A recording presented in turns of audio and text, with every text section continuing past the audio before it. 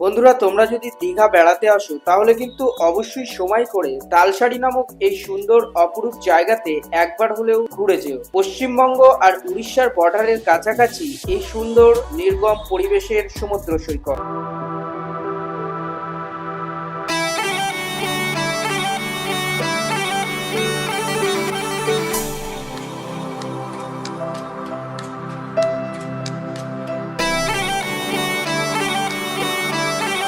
আর সব থেকে বড় কথা হলো তালসারি সমুদ্র সৈকতের সবচেয়ে বড় আকর্ষণ এখানকার শান্ত পরিবেশ।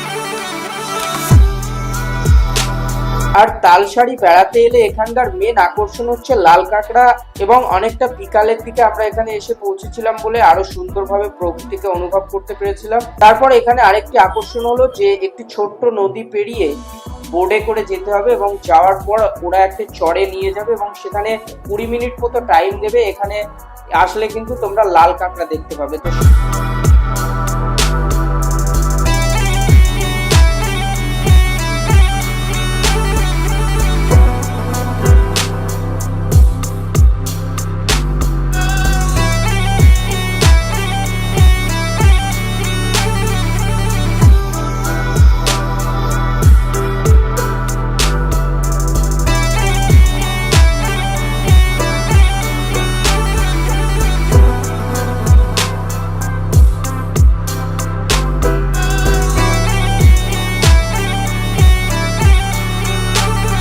সেই মতো আমরাও বড় লাল কাঁকড়া পেয়েছিলাম, অনেকে ধরছে।